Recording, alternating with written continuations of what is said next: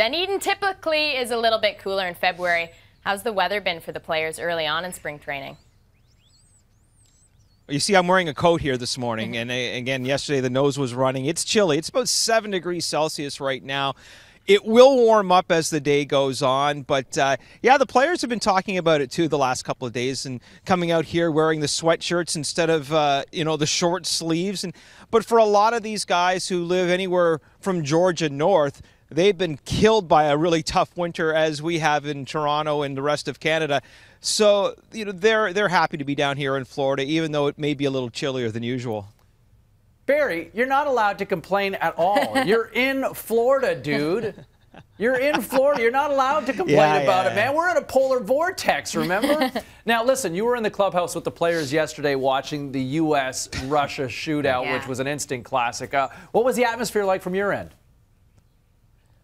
What a scene it was, guys. It started with just a couple of players in there and guys that really didn't know much about hockey, and I was actually explaining the rules to a couple of these guys, and then after the disallowed goal, then a few more came, and by the time we got into the shootout, there was a good 20 to 25 Blue Jay players all sitting in there. Everyone was getting into it, and then kind of working his way into the middle of the crowd was Munenori Kawasaki, and every time he heard somebody say something, he would repeat it, and then he started the USA, USA chant as the Americans won the game, and everyone was getting into it, and I think everyone on that team is hoping for a Canada-US gold medal game for sure. I can picture Kawasaki doing the oh she. Well, R.A. Dickey, he arrived yesterday. He had a brutal start last season, giving up a ton of home runs, getting just shelled in April. How can he avoid that slow start this season?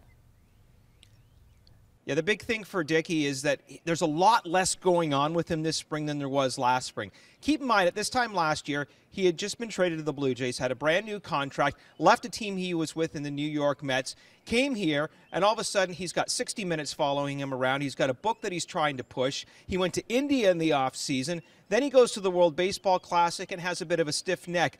I have a feeling that all that combined helped lead to what was a terrible start for him. He pitched much better from August on, but I think a lot less distractions for R.A. Dickey this year could be a big difference for him when the season breaks. Munenori Kawasaki, you talked about him being the life of the party already during the Russia-USA game yesterday. Obviously a fan favorite here in Toronto, but does he have a shot to make the opening day roster? Well, if the team was being chosen by his teammates, he would be there for sure as a backup infielder. At this point, I really don't know the chances he has of breaking with the team. There's a good chance he'll start in Buffalo barring an injury. Right now, Ryan Goins is going to be the everyday second baseman unless someone beats him out in that job. You've got Jose Reyes at shortstop, and then you've got other guys that are going to be in the mix as well, including Asturis, who's signed to a contract. He's back after the ankle injury last year, so he's healthy. I really don't see room for Munenori Kawasaki to make the team, but as we saw last year, injuries do happen, and I'm sure there are a lot of Blue Jay fans, and everyone in that clubhouse would love to see him come back to Toronto. So, Barry, just going back to something you touched on earlier, which Blue Jay players did you have to explain the rules of hockey to? I don't want to spoil. Let's put it this way: it's nobody that anybody would really know. It's a couple of the minor league guys that live in areas that aren't hockey people. So I'll just leave it at that. I don't want to embarrass the poor guys. That's good. All right. Barry Tomorrow Davis, I will. Always being polite. Thanks very much. That's Barry Davis trying to keep warm in Dunedin.